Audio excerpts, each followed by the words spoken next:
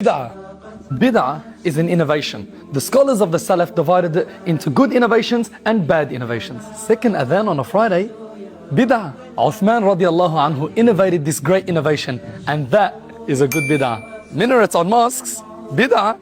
The great Caliph Umar bin Abdul Aziz innovated this great innovation of the minarets to help the people listen to the adhan, and that is a good bid'ah.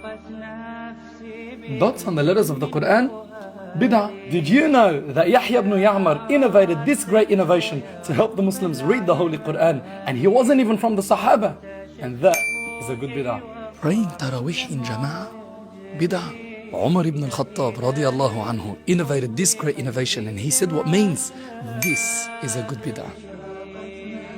Mawlid, you guessed it.